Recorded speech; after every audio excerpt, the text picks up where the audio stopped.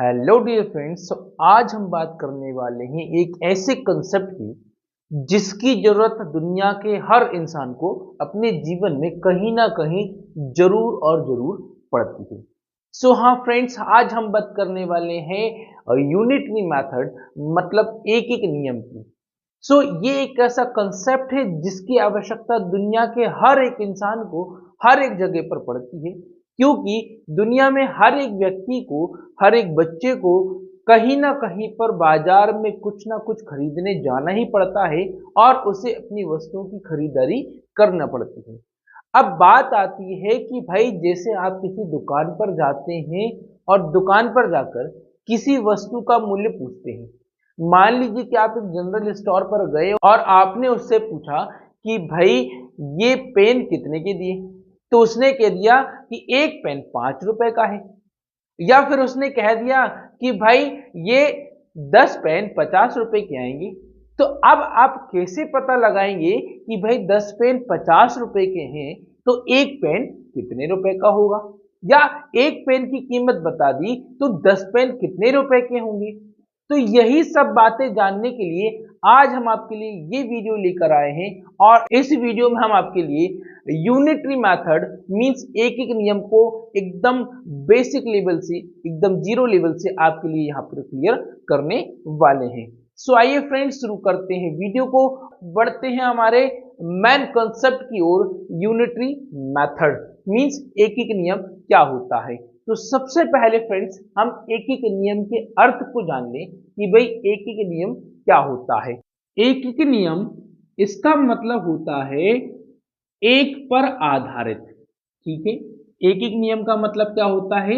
एक पर आधारित, है ना। तो यहां पर हम जो भी बात करेंगे वो एक एक वस्तु से संबंधित होगी या एक इकाई पर आधारित होगी। ठीक है, तो क्योंकि कंसेप्ट क्या है? यूनिट। ओके, यूनिट, यूनिट का मतलब क्या होता है? इकाई। ठीक है, यूनिट का मतलब क्या होता है? इकाई। और इकाई का मतलब क्या होता है दोस्तों? एक होता है। इसलिए कहा जा रहा है एक एक नियम मतलब एक पर आधारित। अब दोस्तों, मान लीजिए कि आप दुकान पर गए और दुकान पर क्या हुआ कि आपने पूछा कि भाई ये एक पेन कितने रुपए का दिया। तो दुकानदार ने क्या कह दिया?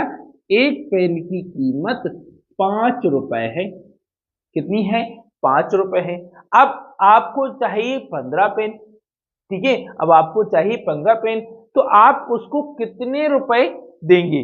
तो यहां पर आप क्या करेंगे? एक पेन की कीमत को, क्या दोस्तों, एक पेन की कीमत को, कितने पेन? 15 पेन चाहिए थे, 15 पेन से गुणा कर देंगे। ठीक है, क्या करना है? एक पेन की कीमत को 15 वस्तुओं से, मतलब 15 पेन, मतलब 15 जो संख्या दी है उस संख्या से गुणा कर देना है।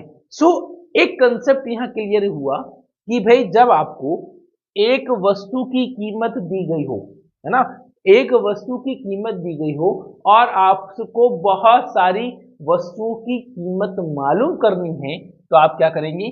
गुणा करेंगे। ठीक है ना दोस्तों, क्या करेंगे? गुणा करेंगे, है ना। तो कंसेप्ट क्लियर है। जब एक वस्तु की कीमत दी गई है और बहुत सारी वस्तुओं की कीमत निकालनी है, तो क्या करना है? गुणा करना है। तो हमने 15 गुणा 5 कर दिया, तो 15 गुणा 5 करने पर आपको 75 रुपए मिल जाएगा। इसका मतलब आप दुकानदार को कितने रुपए चुकाएंगे? 75 रुपए आप उसको चुकाएंगे। ठीक है, मान लीजिए दुकानदार ने आपको बोल दिया कि भाई सीधे सीधे कि 10 पेन जो हैं, कितने? 10 पेन जो हैं 200 रुपए के हैं। क्या दोस्तों, दुकानदार ने तो कह दिया भाई कि 10 पेन 200 रुपए के हैं। अब आपको तो 5 पेन खरीदने हैं, लेकिन ये तो पता ही नहीं है कि भाई एक पेन कितने रुपए का आएगा। तो भाई क्या करना होगा? पहले एक पेन की कीमत मालूम करनी होगी। ठीक है, क्या करना होगा? पहले एक पेन की कीमत मालूम करनी होगी। तो अब कंसेप्ट क्या आता है? जब आपको अधिक वस्तुओं की कीमत दी गई हो। ठीक है, कंसेप्ट क्या है? जब आपको अधिक वस्तुओं की कीमत दी गई हो और एक वस्तु की कीमत मालूम करनी है, तो आपको कुल रुपयों को, ठीक है, किसको? कुल रुपए को वस्तुओं की संख्या से भाग दे देना है, तो इससे आपको क्या पता चल जाएगा, एक वस्तु की कीमत पता लग जाएगी। ठीक है, तो कंसेप्ट क्या है, जब अधिक वस्तुओं की कीमत दी गई है और एक वस्तु की कीमत निकालनी है, तो इस कंडीशन में दोस्तों आपको क्या करना है, भाग करना है। क्या करना है दोस्तों, भाग करना है। तो यहां पर हमने दो कंसेप्ट समझ लिए हैं। क्या दो कंसेप्ट समझ लिए हैं कि पहला कंसेप्ट, जब एक की कीमत दी हो और ज्यादा की पता करना हो तो आपको गुणा करना है, और जब आपको ज्यादा की ऑलरेडी दी गई हो और एक की मालूम करना है तो आपको भाग करना है। तो हमारा यहाँ पर ये कंसेप्ट एकदम क्लियर हो चुका है। चलिए कुछ सवालों की मदद से हम इस एक के नियम को और भी क्लियर करते हैं। सो फ्रेंड्स, हमारा सवाल यहाँ क्या कहता है, एक मजदूर एक दिन में 75 रुपए कमाता है। ठीक है, एक मजदूर है जो कि एक दिन में 75 रुपए कमाता है, तो वह 5 दिन में कितने रुपए कमाएगा। ठीक है, एक दिन की मजदूरी दी गई है, 5 दिन की मजदूरी पूछ रहे हैं। तो कंसेप्ट क्या कहता है, एक का अगर दिया है और ज्यादा का पूछ रहे हैं तो हमें क्या करना है, गुणा कर देना है। अब किसका गुणा करना है, आइए समझते हैं।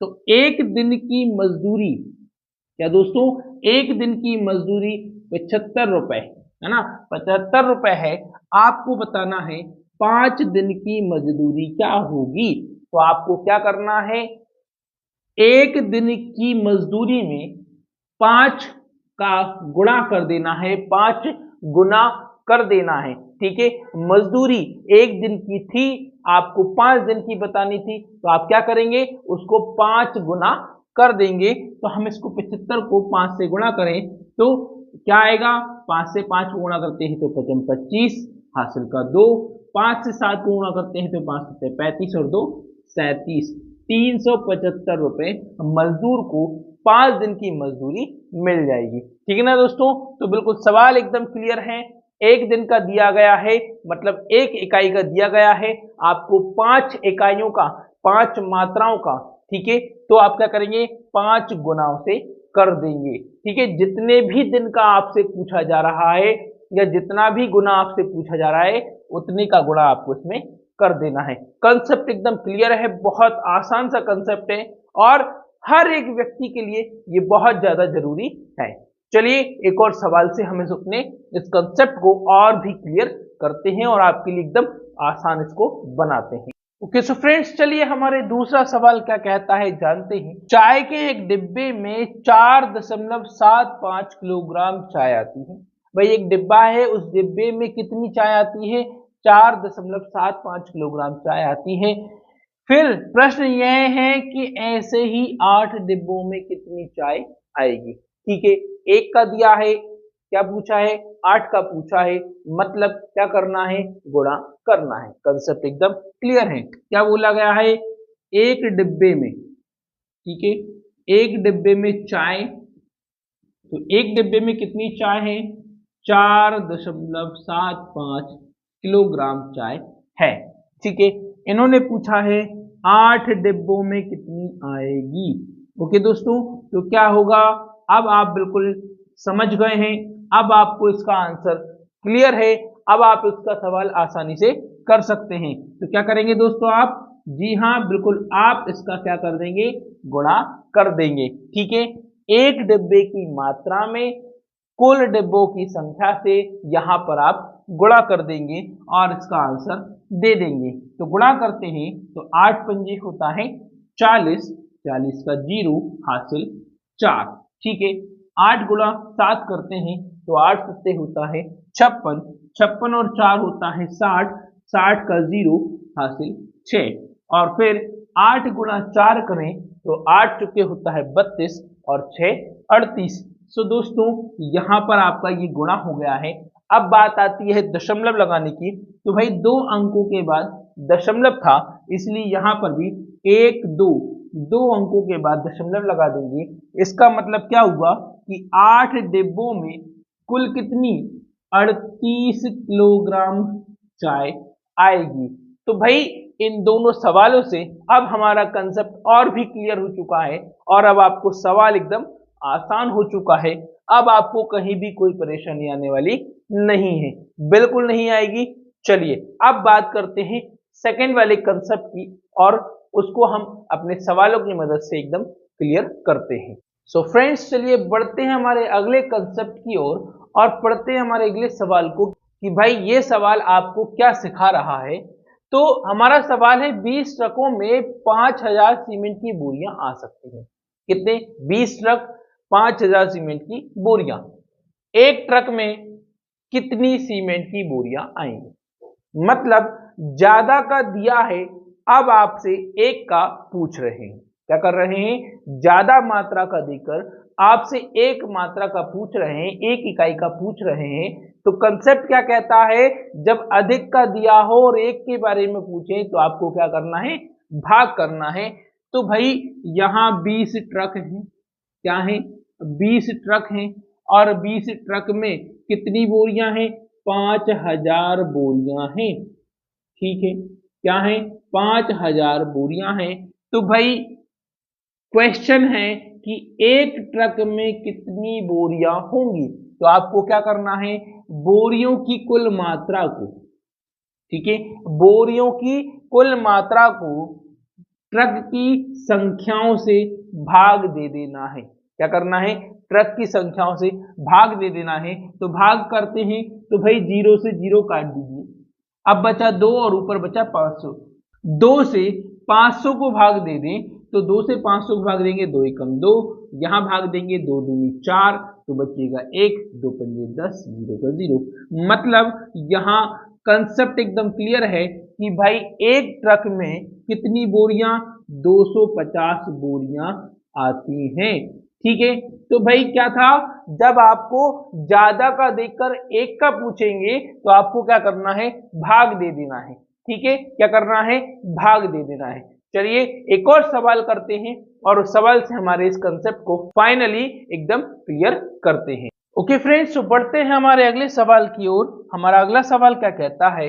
यदि राम की वार्षिक आय 1,20,000 रुपए हो, है ना? कितनी? वार्षिक आय, मतलब एक वर्ष की आय जो है 1,20,000 हो, तो उसकी मासिक आय, मतलब एक महीने की आय कितनी होगी?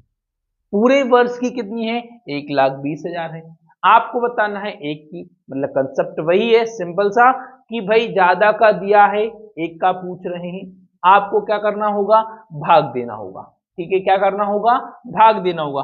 अब भाग किसका दें? सवाल यहां पर यह भी आता है कि भाई 1,20,000 में किसका भाग दें? तो बात क्या हो रही है? एक वार्षिक आय, है ना? पूरे वर्ष की आय, है ना? वार्षिक आय 1,20,000, और एक वर्ष में क्या दोस्तों? एक वर्ष में कितने? 12 महीने होते हैं। ठीक है, मतलब 12 महीनों की आय। ठीक है, 12 महीनों की आय जो है वो क्या है? 1,20,000 रुपए है। ठीक है, 1,20,000 कितने? 12 महीनों की। आपको कितना बताना है? एक महीने की बताना है। तो भाई एक महीने की आय क्या होगी? तो आपको क्या करना है? तो एक महीने की आय बताने के लिए आपको कुल आय में कुल महीनों से भाग दे देना है। क्या करना है दोस्तों? कुल आय में कुल महीनों से भाग दे देना है। तो आपको एक महीने की आय पता चल जाएगी। तो 12 एकम 12, ठीक है, और 4 जीरो लगा दें, तो दोस्तों एक महीने की आय कितनी हो गई? 10,000 रुपए हो गई है। ठीक है, तो एक महीने की आय कितनी हो गई? 10,000 हो गई है। और इस तरह से हमने दोनों तरह के कंसेप्ट को सवालों की मदद से एकदम बिल्कुल शानदार तरीके से, एकदम बेसिक लेवल से बिल्कुल क्लियर कर लिया है। ठीक है, कंसेप्ट क्या है एक बार और दोहराएंगे। एक का दिया है, ज्यादा का पूछ रहे हैं, तो क्या करना है? गुणा करना है। ज्यादा का देकर एक का पूछा है तो क्या करना है? भाग देना है। बस यही है एक एक नियम। ठीक है दोस्तों, आई होप आपको ये सारे कंसेप्ट एकदम बेसिक लेवल से, एकदम जीरो लेवल से बहुत अच्छे तरीके से समझ में आ गए हैं। वीडियो पसंद आई हो तो वीडियो को लाइक करें, शेयर करें और चैनल को सब्सक्राइब करना ना भूलें। इसी के साथ मिलते हैं अगले वीडियो में एक नए टॉपिक के साथ। तब तक के लिए वंदे मातरम। जय हिंद, जय भारत।